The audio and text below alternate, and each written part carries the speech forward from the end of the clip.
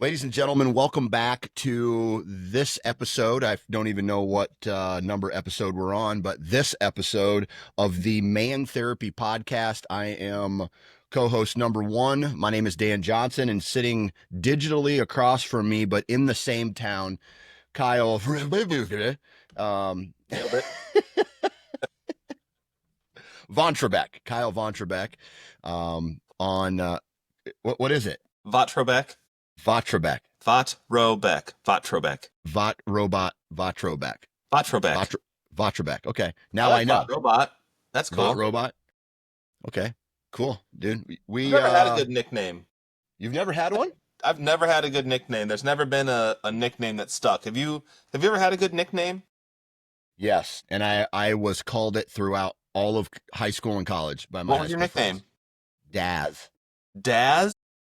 Daz. Why Daz? Okay, so here's the story behind it.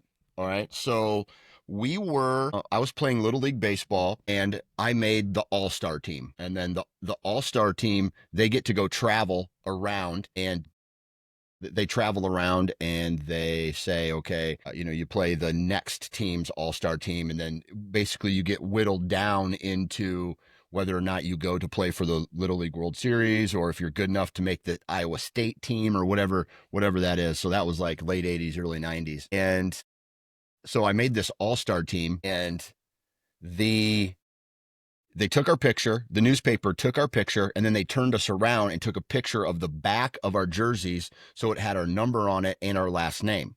Right. So then they came around and said, what's your first name? And I just said Daz. I don't know why I said Daz. Because Came out of your mouth. Well, what happened was the N kind of looked, if you rotate an N from Dan and you rotate it sideways, it looks like it says Daz. And so so that's how it started. And then, me and one of my best friends, Ed, in high school, we gave ourselves kind of these dumbass rapper names. Yeah. And I was Diggity Daz, and which is actually a rapper from the Dog Pound, like Daz and Corrupt and Snoop Dogg. Yeah.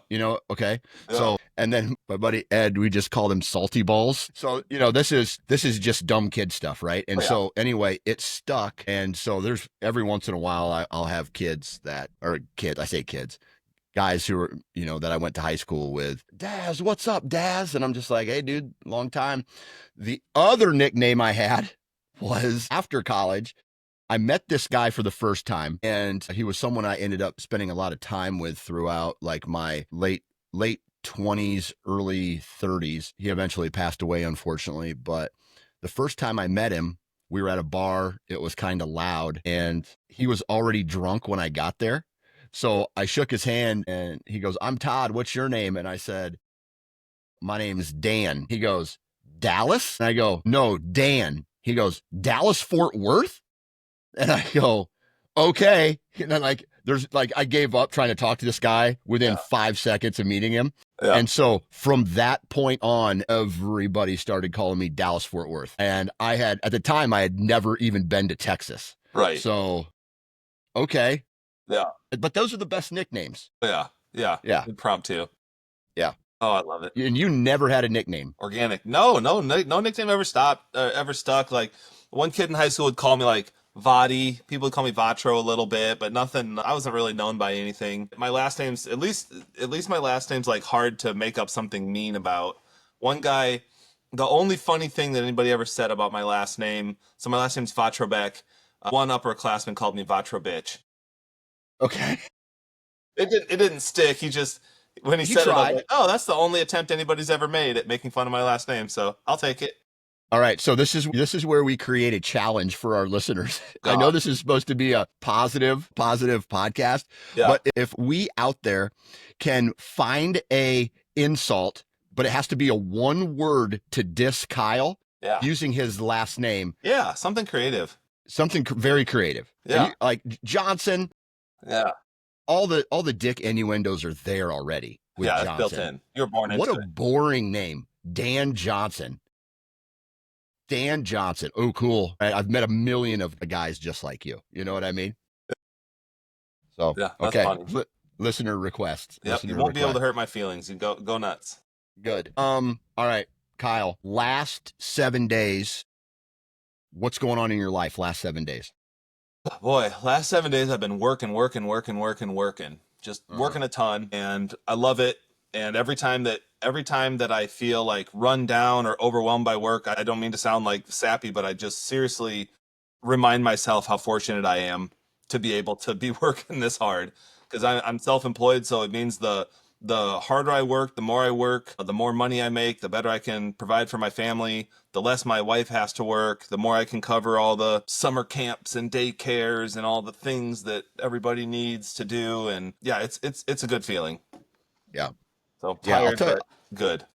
I'll tell you this. That's something huge. Like, I honestly think in the United States of America, we are so hashtag blessed that I don't know, man. Like, people don't understand how fortunate we are to live where we live and be in this country where it's like, oh my God, what's always funny is we got the left and the right in politics. They're always bitching about something, right? Bitching about each other and whatever. And then you go to another country, nobody's bitching because they can't, right? It's either illegal to bitch or they don't have internet or they don't have running water or they don't have a house with a floor. Right, Come on, people. Just right. relax a little bit. Right. Absolutely. That's actually on my bucket list to get out of the country, get off the continent.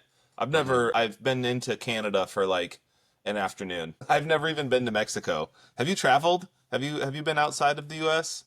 I've been to Canada one time. Never, well, if you want to call it an out of the country experience, I did. I went to St. Lucia 15 years ago or something like that to one of those all inclusive sandals resorts with the girl I was dating at. Were they bitching about their dirt floors there? No, do you want to hear that experience about how, like, it was a little bit eye opening for me about how other countries kind of operate. So 15 years ago, I'm sure you had them. Back in the day, there was a fad where it was like camouflage. Hey, wait a second. Before I tell this story, I have to say this. In my office right now, it's probably 90 degrees in my office, and I am dripping sweat. So I'm going to do the rest of this. I'm going to keep my shirt on. I know that's what you were You thinking. knew exactly where my mind went. I was gonna say I'll But do it with you. Well, we could do that someday, but I'm going to turn the air conditioner on right now. Do So if it. there's a little bit of background noise, I have to do it to feel comfortable. One Yeah, sec. do it. Decision on the fly. That's okay. He was debating if he wanted to do it. Pulling the trigger on the AC. All right. So maybe you can hear it, maybe you can't, and hopefully I'm able to edit it out in the at the back end. But anyway, all right. So I go to St. Lucia, and back in the day, the fad was camouflage cargo shorts. Everybody had a pair. And so I wore them around and I wore them to St. Lucia. And I get off the plane, I go through, get my baggage and whatever customs that they had there. And I am instantly greeted after I walk kind of out of this little airport area by two dudes with AK-47s. They were dressed in police officers and they told me you are not allowed to wear camouflage on this island because it represents the guerrillas or the uprising that they were trying to throw in some of these other islands, and St. Lucia was one of them. So I unpacked, my bag and I changed shorts and went to the resort. Now, on the way to the resort, like, the resort's fancy, it's nice, it's beautiful, right? It's like what what white people not only in Europe but in America want to go do. Meanwhile, in order to get to the resort, we have to drive through these towns, and it is literally tin shanties on this hillside. Uh-huh. There are some buildings down below that were created. There's some nice houses scattered in, but majority of the people who habitate the island however many Inhabit. days out of the year, yeah, like they live there all year. They're in tin shanties. Like, they're the ones working at the resorts. They're the ones, pedaling down at the main streets trying to make their money. And I'm like, okay, it would suck to live here first and foremost. So the money that is coming in goes to them. It's in some way, shape, or form. And then Hope so. we're driving we're driving down the road and there is a dead body in the road. A literal dead body in the road. Okay. And I'm like, okay. And the driver's like, oh, he got hit by a car. He got hit by a car trying to cross the street. And they didn't even move the body. It was just kind of on the side of the road. So we're there. We go to the resort. You don't think about it, right? You're having fun in paradise. 7 days later, we come back through. The body is still there, this time wrapped in a white sheet. You want so there's a little bit of a difference Oh yeah. between what was going on there versus here. And Wow. it could be considered a third world country, but like we all go to exploit its beauty, right? So it's just like Yeah. Yeah. it was crazy. I mean, it was absolutely crazy. You see this body just does not move, and people they don't care. It was crazy at the time.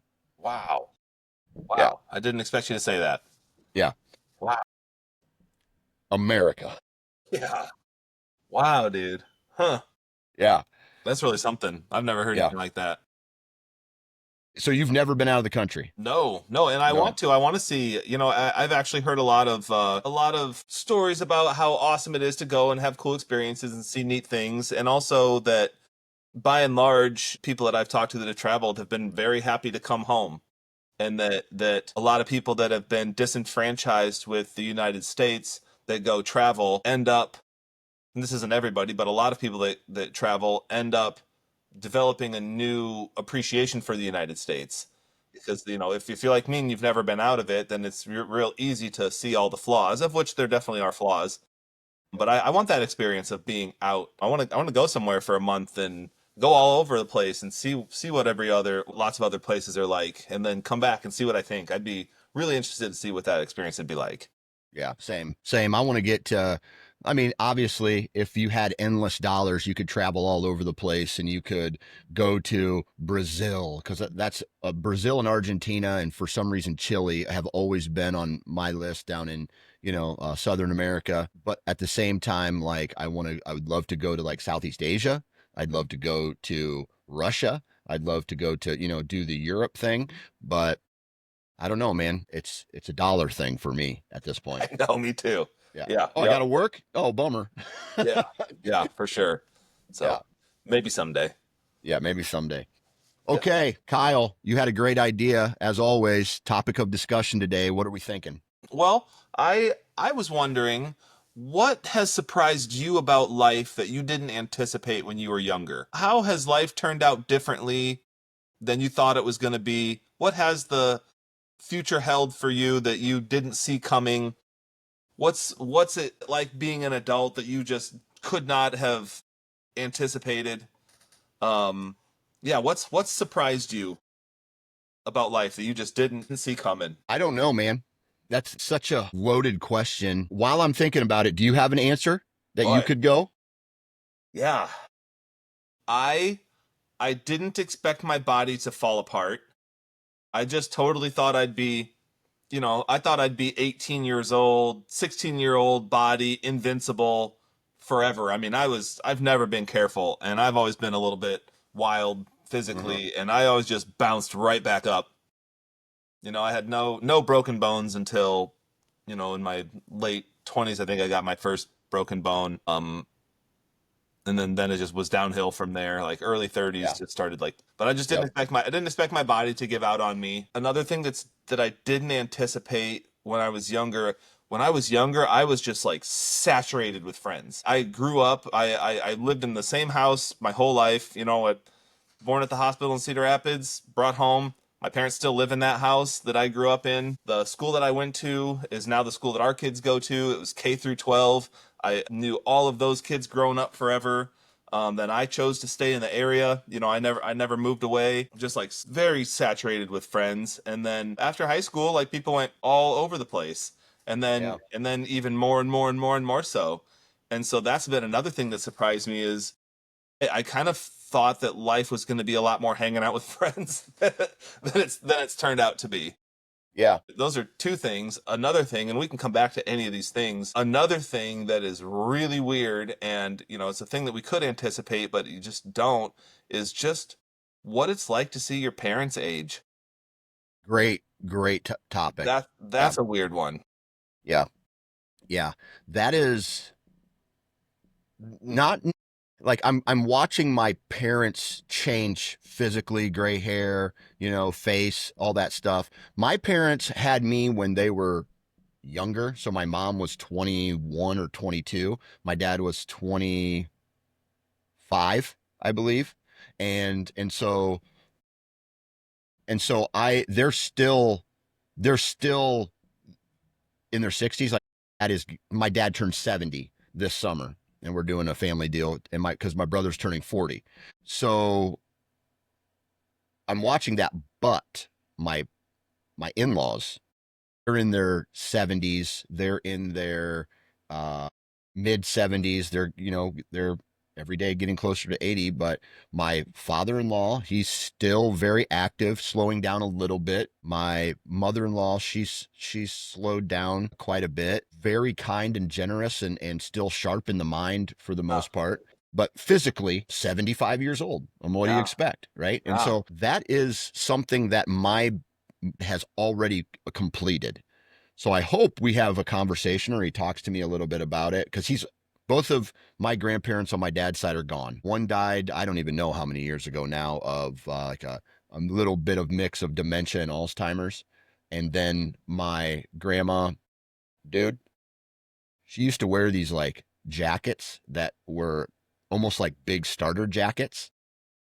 And she was 89 or something like that, gets out of a car, going to coffee with her friends at the local thing, gust of wind catches the car door, blocks her over, breaks her hip, dead in like 2 days.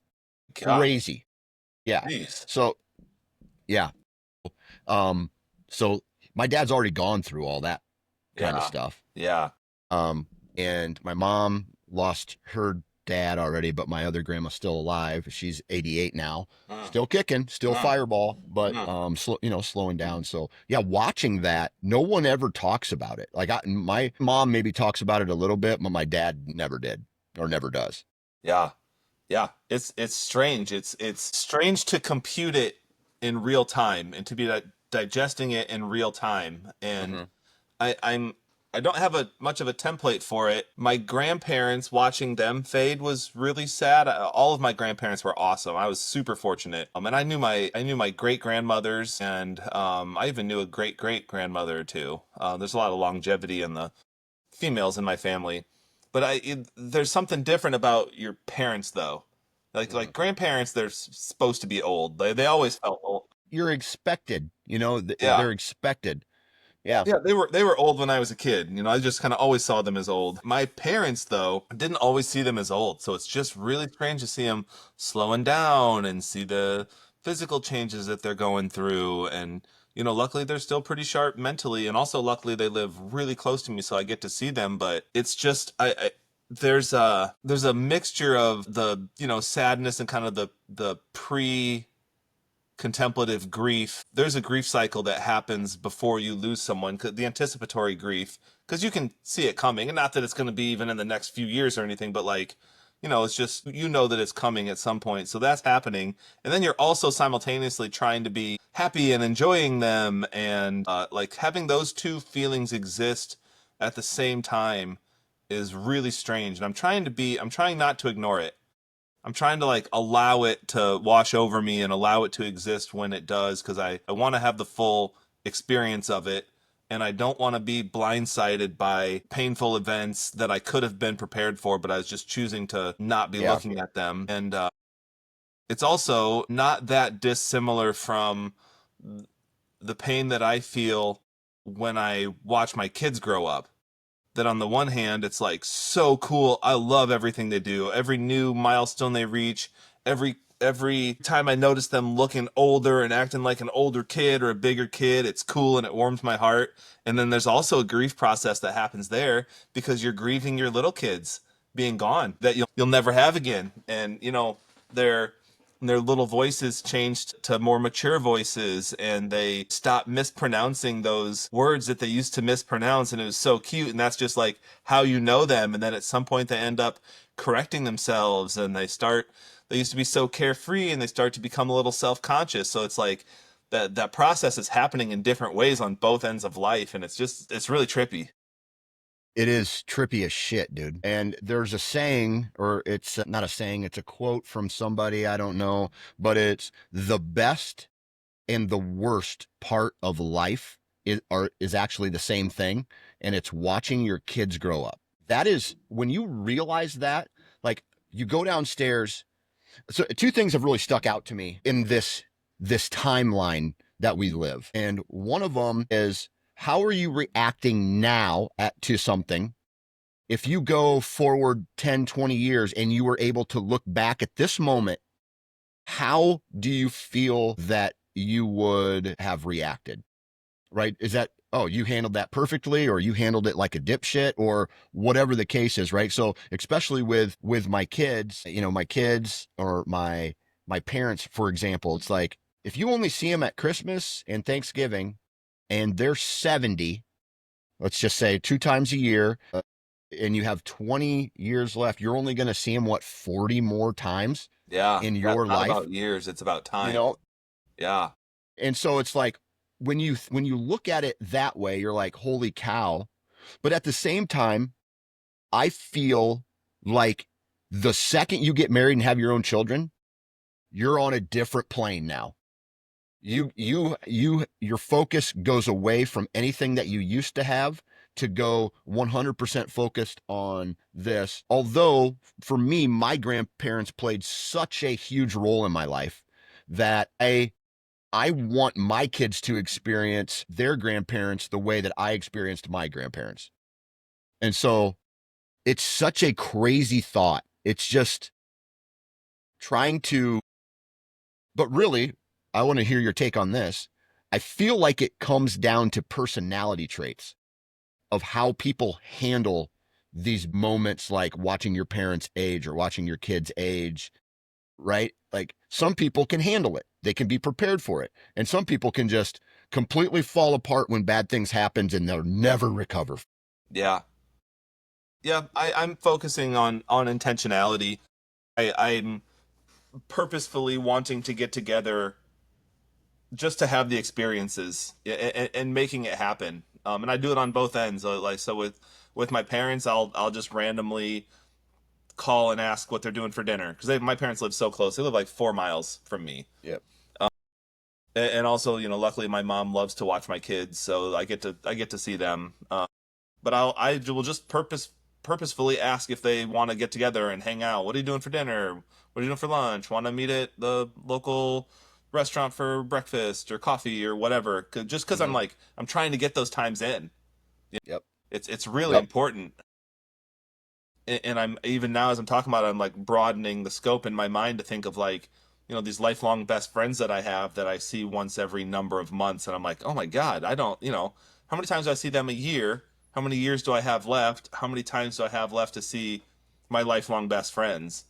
And so that makes me think like, okay, I can be purposeful in inviting them to do things, and getting together with them. Then in the on the other end of the spectrum with my kids, just dude, I'm trying so hard to absorb every moment while they'll have me, while they're not, shoving me away. If my daughter's laying on the couch, I'll just go and cuddle with her. Mm-hmm. If my son's sitting there playing Nintendo or something, I just grab him and pull him on my lap while I can, because he's Yep. little. Him, he's just skin and bones. Mm-hmm. He's not a Yep. big dude yet. I'm not gonna pull him on my lap when he's 15. Right. And so I have, not a lot of days left, not a lot of years left, I mean, of being able to cuddle with my kids or pull them onto my lap. And so I'm like, since I know that, I'm trying really hard to do all those sorts of things, lay with them at night to get them to sleep, and cuddle with them, and just pick them up and carry them and all that sort of thing, because I know there's going to be a time when none of that happens anymore, and I don't want to look back with regret. So I'm trying really hard to be purposeful about doing it. Yeah. I kind of look at life like it's phases of connection and reconnection. And what I mean by that is like, so I am in connection phase with my kids right now. Like, honestly, if some of my friends were like, hey, let's go to have a weekend somewhere, I'd just be like, no, dude, I'm busy. I don't like, all I really want to do is hang out with my kids and my wife. Yeah. Honestly, that's Yeah. all I want to do. Right. Maybe throw in like a hunting trip in there for me or something like that. But what I'm getting at is like, the kids are going to eventually move out of the house and they're going to start their own journey that we all went through at one point. And now it becomes a time of reconnection. For me, I'm thinking like additional reconnection with my wife, reconnection with old friends, close, new friends, neighbors, things like that, where the chaos of having three kids and activities and growing up, hell, it might even be a time of reconnection with parents. My mom has kind of done that since we were out of the house, where she spent a lot of time, especially since my mom is retired, reconnecting with her mom while she's still alive and going up there and spending time with her and Yeah. sometimes transporting her to grandkids event or great grandkids events for her. And so she can feel included in that. So my mom's putting in a ton of effort with her mom to try to get, spend as much time with her as possible Yeah. with a 2 hour drive. Yeah. So Yeah. Absolutely. Now, what do you think about what it takes to have your kids want to stay connected to you as you get older? Because that's not the case for everybody. And I've seen no, it it's not. happen both ways, that some people are spending as much time as they can with their aging parents, and some aging parents are like hardly ever getting visited. Right. So if you have a family in Denver, Colorado, and your aging grandparents are in New York City, I mean, what do you expect? I mean, you when you moved away, and I think what happens is there's a lot of people who they make decisions that they think are going to be easy, and then when the long game hits, it's like, holy shit, now what about all this other part of my life that I almost axed? You know what I Yeah. mean? If that Yeah. makes sense. So distance plays a huge role. And then here we go with this therapy type shit. I would say like resentment and trauma are huge. And that would be, so if my dad, by the way, my dad is a great dude. Like he's such an awesome dude. So this never happened. I'm saying, let's say, for example, my dad was an asshole to me, just a piece of shit to me. And he treated me bad. He treated my mom bad. He treated my brother bad. Of course, I'm going to hold that. And when I get a chance, I'm gone. And then when I'm gone, it's just like, now what? Like, I don't care about what happens to him because he didn't care about me when he had the opportunity. Yeah. Yeah. Yeah, you know what I actually see more than, so that sentiment makes a ton of sense. Over the years, the clients that I've worked with, I've actually seen a lot more of them having really conflicting feelings and oftentimes they will begrudgingly take care of them. They'll feel this duty to I'm here them. because I'm here because I have to be. Yeah, pretty much. They'll feel sorry for them, and so it'll be like, I'm doing things for this person that I don't even like or respect, but I would feel really guilty not doing these things because now this person's helpless. Like, yeah, back in the day when he was like an abusive asshole, he was an intimidating physical presence, and now he's like, bedridden, and he's none of that anymore. And I still have all of this resentment towards him, but I can't turn a blind eye to the fact that he can't take care of himself. So then they're in this position of just begrudgingly taking care of this person. And man, it's sad. I've seen that firsthand, dude. Yeah. It's just, now it's two things. It's resentment, and you can sit here and you can hold that resentment in towards that person who maybe treated you poorly. But at the end of the day, it's almost a version of love to be able to, I still resent this person for doing this thing to me, but in a way, I still love them for what they've provided me throughout the years. Although it may not have been the truth, I still maybe love this person. I'm going to bitch and complain about it, but I'm still going to do it because maybe in a way I still love this person. I don't know. It could be. I also kind of wonder if, I'm sure there's probably still love involved, but I could also see it be like, it's a personal value of mine to not let someone suffer. and this person feels like my responsibility, so I'll take care of them even though I don't really want to. And a lot of values driven behaviors are like, I'm not doing this because you deserve it. I'm doing this because this is the type of person that I am. And so Right. that's, I see that a lot in the clients that I've worked with over the years of like, my dad was a piece of shit and he was an abusive asshole and he abused my mom and I actually fucking hate him. But he's bedridden and I'm the type of person that doesn't just let somebody lay and rot, so I'm gonna take care of him. I'm gonna set all of the nurses to come in and do all of the things and the mid management and the appointments. But I'm not doing that because he deserves any of it. I'm doing that because that's the type of person that I am. So I appreciate the values driven behaviors. And sometimes maybe it's not even any of those two things. It's I'm doing this so I don't look bad. That happens too. You know what? It's like Performative. I hate this guy. I hate him to the ground. I hope he dies. Yeah. But I don't want to look bad. So Right. I'm gonna keep doing it. Yeah. Ugh. Pause 1 second. I gotta go shut a window because I'll be right back.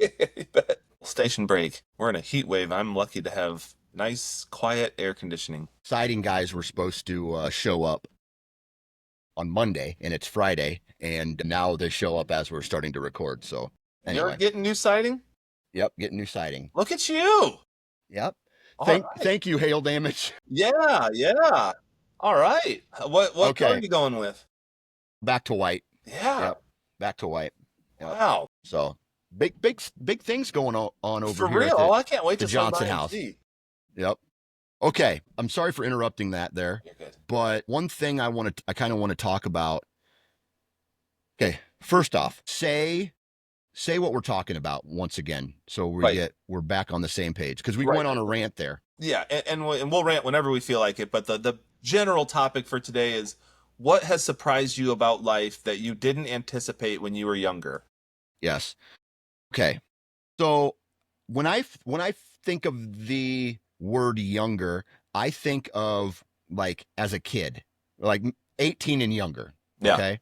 But Okay. really, you're only you're like 18 years, 17 years is such a short period of time. Like, I don't even consider myself physically, I was a man at 18.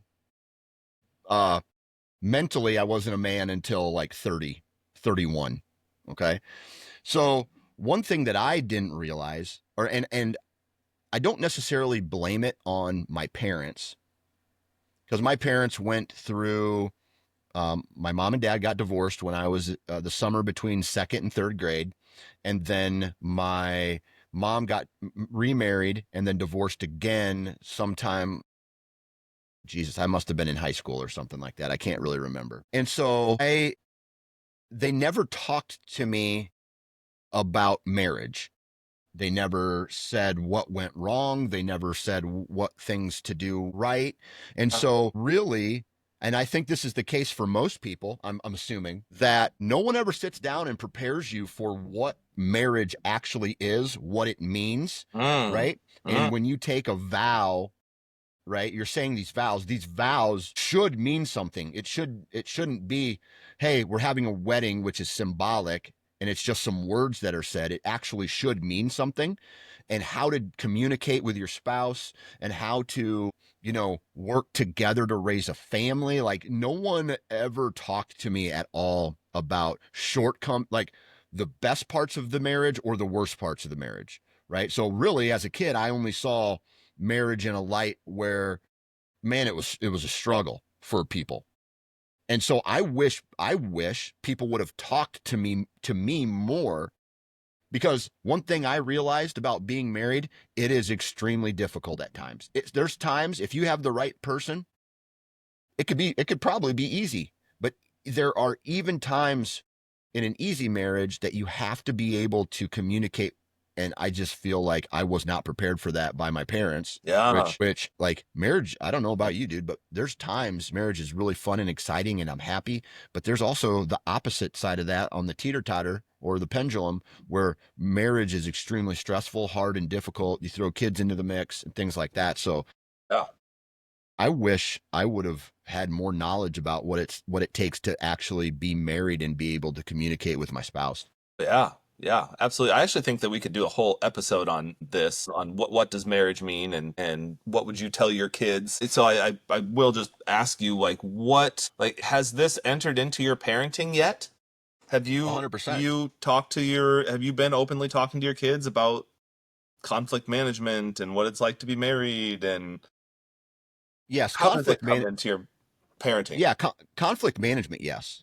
There's conflicts every day about every little thing, right? Whether it's so and so isn't sharing the Nintendo controller bullshit, or like big life decisions like, okay, well, I'm going to teach you that if you make a decision and make a promise to somebody, let's just insert a sports team here, you're not going to quit that sports team until the season is over, right? I'm not going to have you come in, make a commitment to somebody, and then break it, right? And so I feel like that is a stepping stone for business and life and even marriage further down the road for them, but Yeah, setting a foundation of commitment, what it's like to commit to a thing and not just running away from something every time you feel a struggle or things get difficult.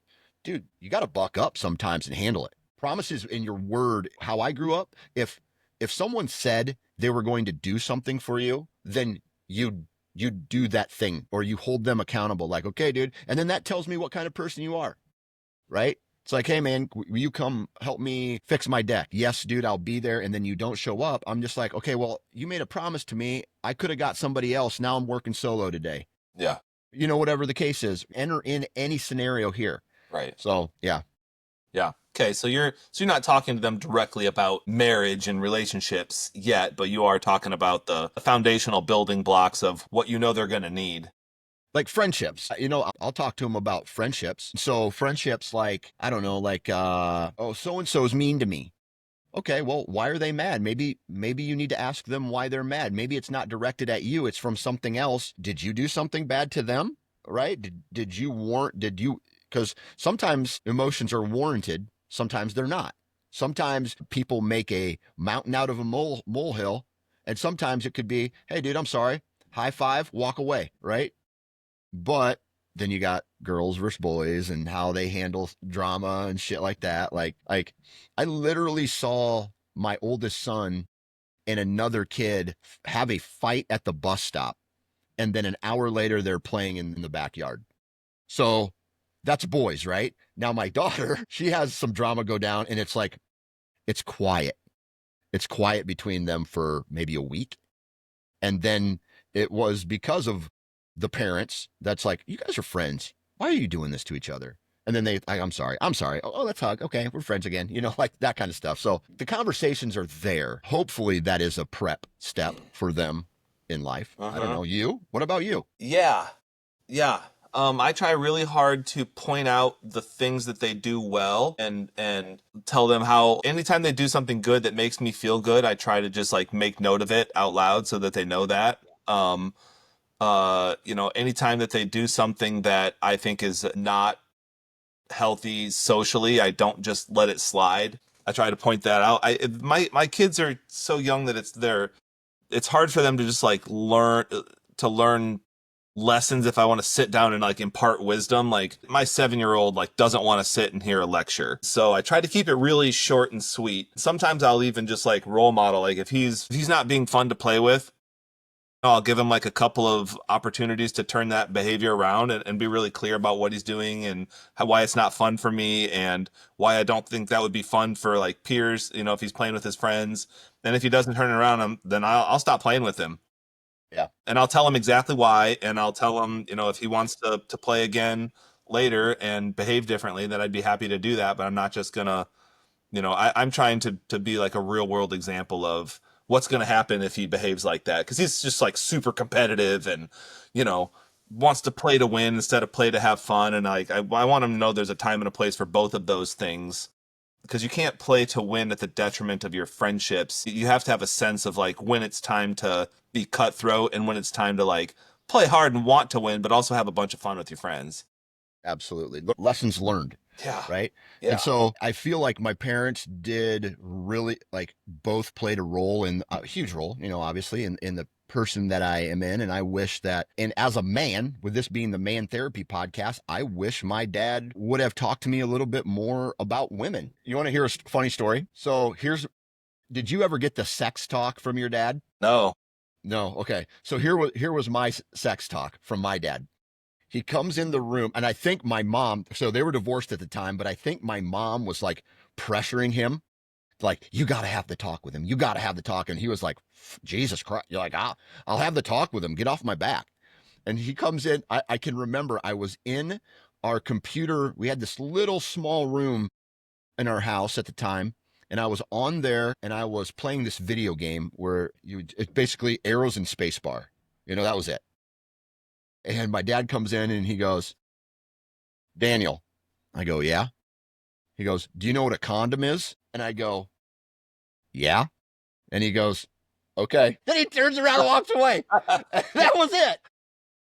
And I was just like, and I think I understood because that's kind of how he was. And I was just like, okay. Like, I guess I should be using condoms. Yeah. Like, I guess. Yeah. He didn't tell me you should be. Right. But, I was like, okay, cool. Yeah. All right. Good talk, Dad. Oh my gosh, that's funny. As you walk away, you hear mumble under his breath, they suck. Yeah. Yeah, right. God, I haven't used one. I've never used one. Yeah, you know what it is. Next line's like, can you teach me? Like, oh, geez, man. Ew, don't need to go in that way. No, that's okay. Funny. All right. So, parents, like, I feel like my parent, I wish I would have learned more about real life, like things that were upcoming from my parents. But let me ask you this question. If your parents were there to guide you through every experience in your life and you never had to handle a experience like a raw experience, okay? Do you think that you would be the person that you are today with because there's sometimes in life you have to just like figure shit out. Yeah. Yeah. No, I agree with that. I think it depends on how the parent helps the kid handle it. I think there's a big difference between like coddling and like kind of a supportive coach or a mentor.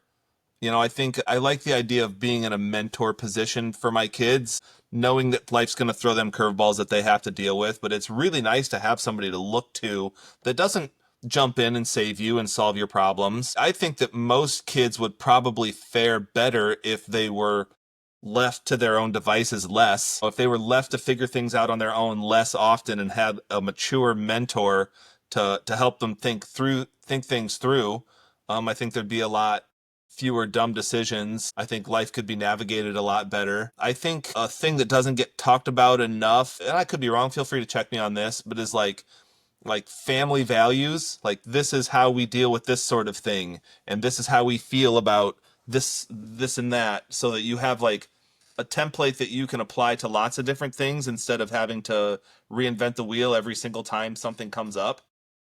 I don't know how much parents are like imparting wisdom and family values nowadays. I hope a lot, but I think that could have been really, like, my mom did a lot of that. Like, you will tell the truth, you will work hard, you will be honest, you will be a good friend. Like, she would do my mom did a lot of that, and that really helped me forge that helped me concretize important parts of my character and personality. But if I wouldn't have had her doing that and being so strict about like, you will be honest, you will be a good person, I might have veered from a straight path a lot more than I did.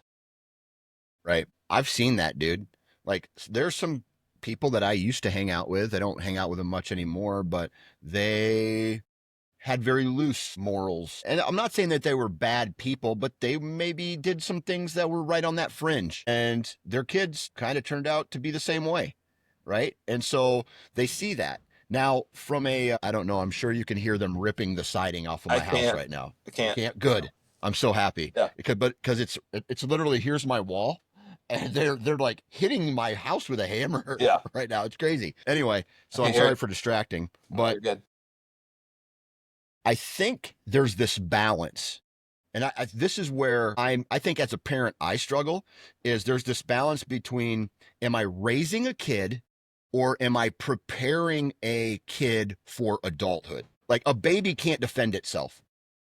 So you have to take care of it. But as kids get older, dude, they're going to have to handle some difficult situations in their life in order to be prepared to handle them again Yeah. when they come. And the next, like pressure, dude, pressure.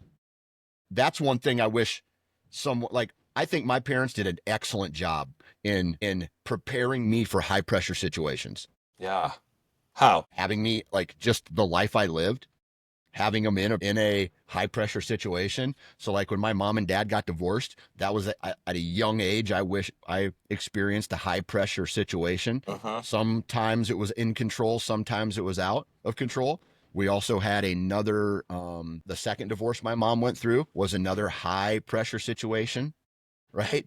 That dude, you want to hear? Here's a crazy story, and I think if my mom ever listens to this, she will get a little bit. I hope she's not embarrassed, but it was one of the coolest things that me and my brother ever witnessed out of my mom. So me and my mom were in taekwondo, or me, my mom, my stepdad at the time, and my brother were all in this taekwondo class. Okay. Okay, and so we are coming out of taekwondo, and out of nowhere, this woman comes up and is like, I heard you're sleeping with my husband.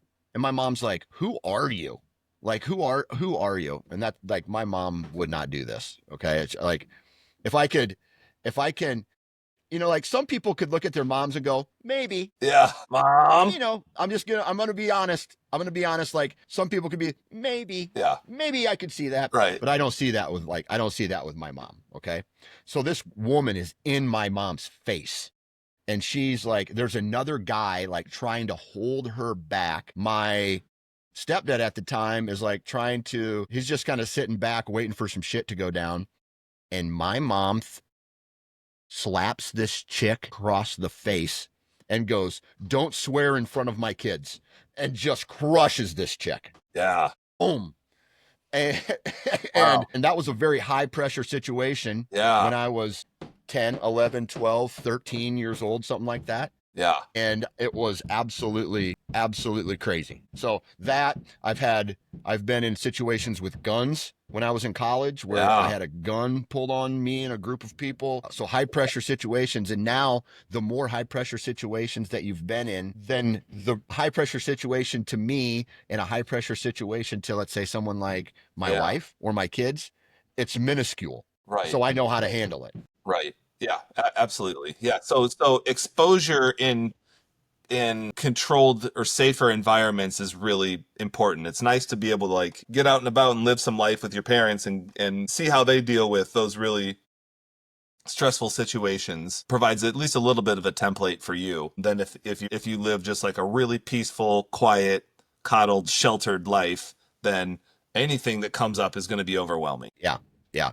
It's it's just like the environment that you live in, right? If you live in a very high pressure environment, you're probably going to think certain high pressure to somebody else is going to be, oh dude, what are you talking about? Like this isn't abuse. This was abuse. Like this isn't. So like anytime I'm like mad to my kids, they're like, you're being mean to us. I like, do you know what being mean is? And maybe I shouldn't do this. I want to hear what your thoughts are this.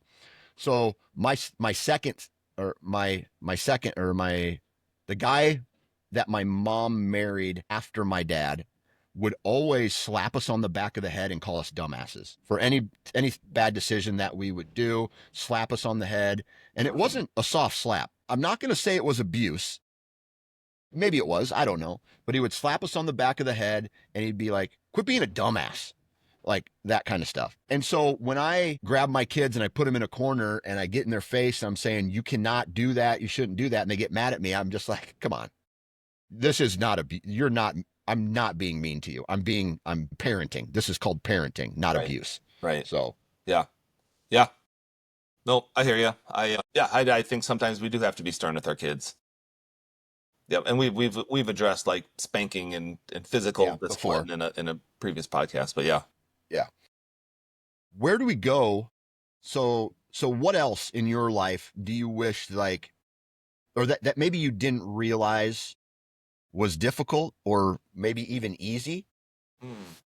I don't know. Yeah, yeah. Huh. What does Kyle wish that he knew now as a 40, 40-year-old, 42. early 40-year-old that maybe he wish he would have known, or that he could have prepared for, like maybe even before marriage or before children, or before he Yeah. hit 30 or something like that? Yeah. I think I wish that I would have been more encouraged to do things according to my aptitudes. I had I think a lot of people could relate to this. Like my parents were awesome, so they would say, "Oh, you can do anything." Like, "Oh, you're so smart, you're so this and that, you can do anything." And like that's really nice, but there's no sense of direction there. Like if you have 50 paths in front of you, it's really hard to know which one to take. I felt really lost. I felt really clueless. I did really well in school, and I know that I'm smart enough and personable enough and all of these things, but I didn't know where to like point that.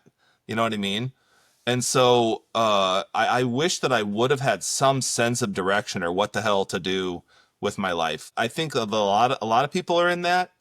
A lot of people operate that way, and you know, I'm a firm believer in if you don't know what you want to do in the future, just whatever you're doing now, do it well. Do something productive while you're waiting for the next opportunity to come. Like don't just sit on your hands. There's more productive ways to like sit in limbo in life rather than just like not doing anything for yourself. But I had no clue what I wanted to do. So I did well in school because like that's what was in front of me, but it wasn't really preparing me for anything. I wish that I would have been encouraged to take more risks. I think I played it really safe.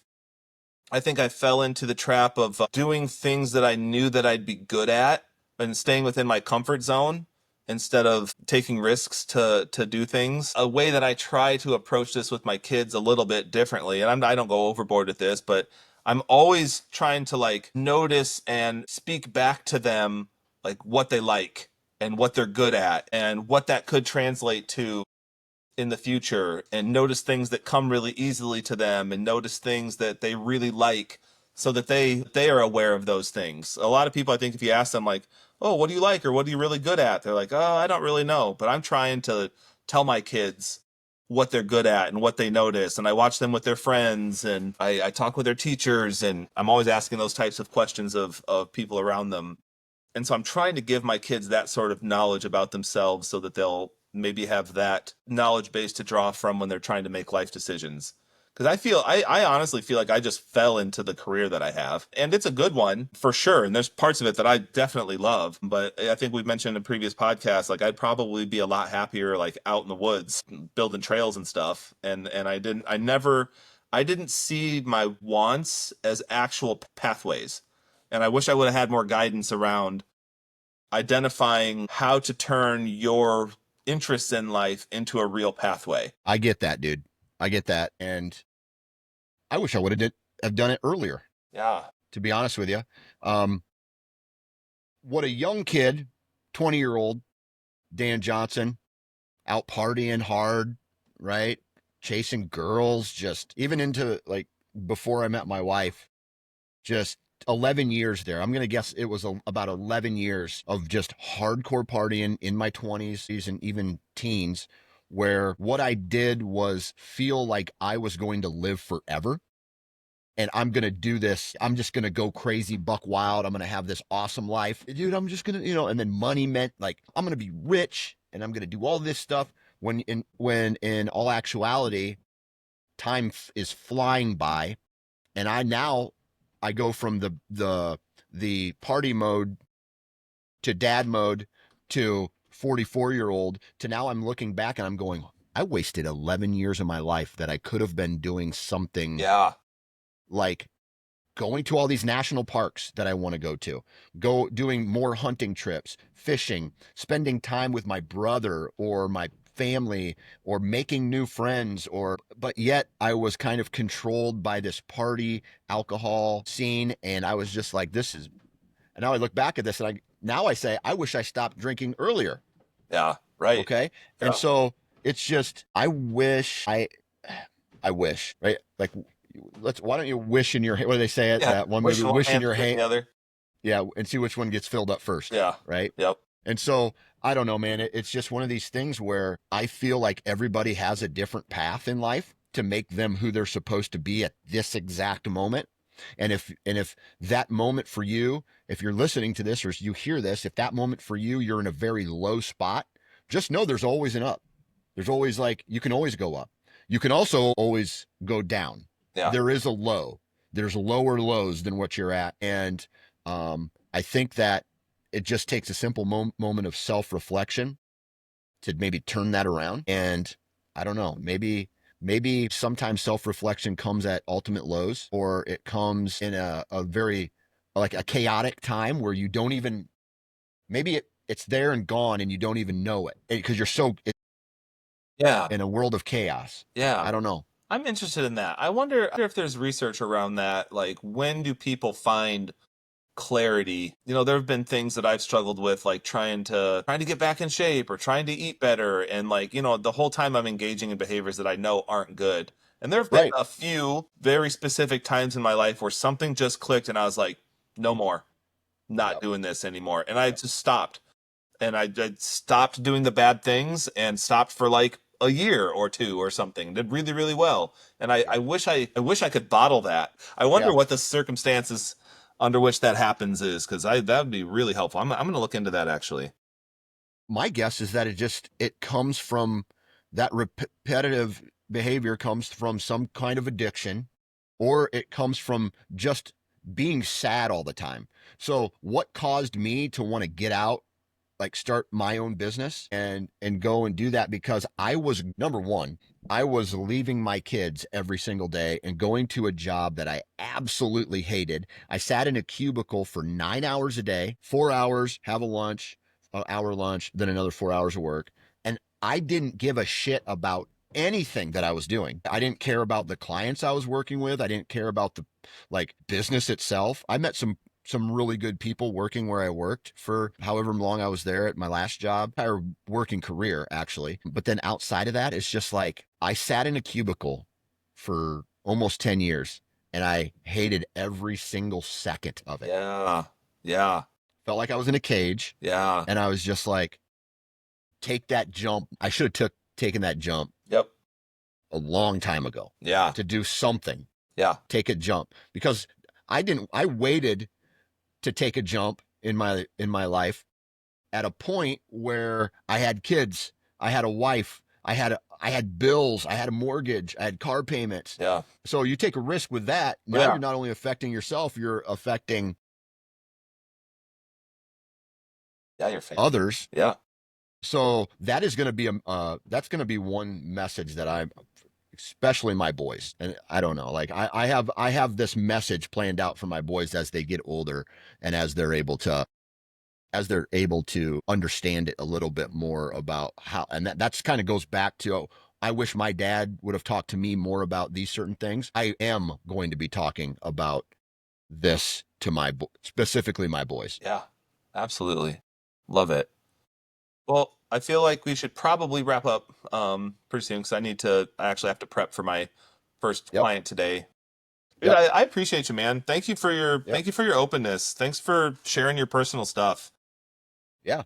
We got to get you talking about that a little bit more. But yeah, Like we got to switch the roles someday, and I go therapist mode, okay, which is probably dangerous. let's do it.